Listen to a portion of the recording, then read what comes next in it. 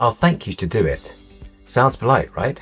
But is it actually the same as thanks in advance? And what about this one? I'll have you know. What does that mean? Is it friendly, formal, angry? These are the kinds of phrases that look polite on the surface, but can completely change the tone of your message. Hi, it's Mark from Britsent. Today, we're going to break these phrases down clearly, what they really mean, when to use them, and just as importantly, when not to use them. Let's start with the first one, I'll thank you to.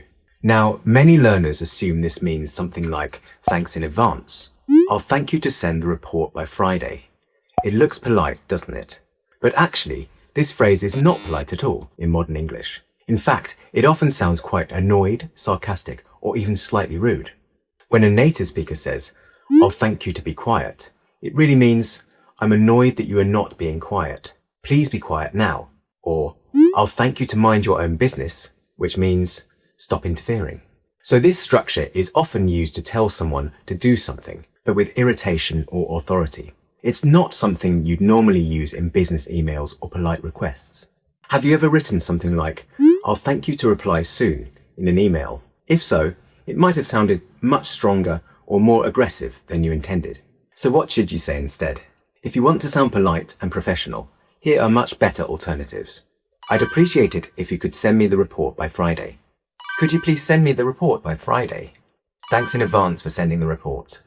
These are all standard, natural business English phrases. Here's a simple rule to remember. I'll thank you to sounds like a complaint or warning. Thanks in advance is polite and collaborative, a very different tone. Now let's move on to the second phrase. I'll have you know. This one is even more interesting.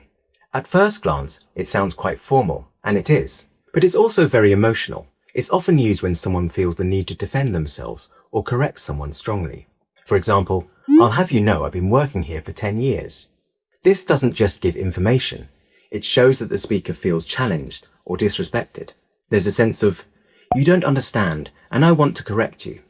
Another example, I'll have you know this project was my idea. Again, it sounds defensive. Perhaps someone else is taking credit or not recognizing your contribution. So the key idea here is tone. I'll have you know is not neutral. It often carries emotion, frustration, pride, or even anger. Let me ask you, would you use this in a business meeting? Probably not, unless you're in a very tense situation. In most professional contexts, it's better to use calmer, more neutral alternatives. For example, just to clarify, I've been working here for 10 years. I'd like to point out that this project was my idea. For your information, I was involved from the beginning. These versions communicate the same information, but without the emotional edge. Now here's a useful comparison. Imagine someone says, you don't have much experience, do you? You could reply, I'll have you know, I've managed 3 major projects. That sounds quite defensive, maybe even confrontational. Or you could say, actually, I've managed 3 major projects. Same meaning, very different tone.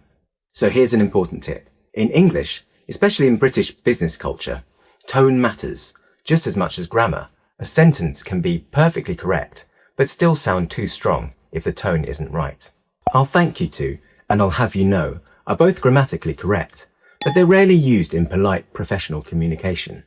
They tend to appear in arguments, complaints, or emotionally charged situations. They seem sophisticated, but in real life, they can sound quite sharp. So here's a quick summary. I'll thank you to is used to tell someone to do something, often with irritation. Avoid using it in polite requests. I'll have you know is used to correct or defend yourself, often with strong emotion. Use it carefully or replace it with a calmer alternative in professional situations. And if your goal is to sound polite and natural in business English, stick with softer expressions like, I'd appreciate it if, could you please, just to clarify, I'd like to point out. These will always keep your communication clear and professional. So next time you're about to write, I'll thank you to in an email, maybe pause for a second. Ask yourself, do I really want to sound annoyed? And if this video was helpful, hit like and subscribe for more practical English tips. I'd like to point out that you can find more videos on real-life British expressions and business English right here on the channel. See you in the next one. Bye.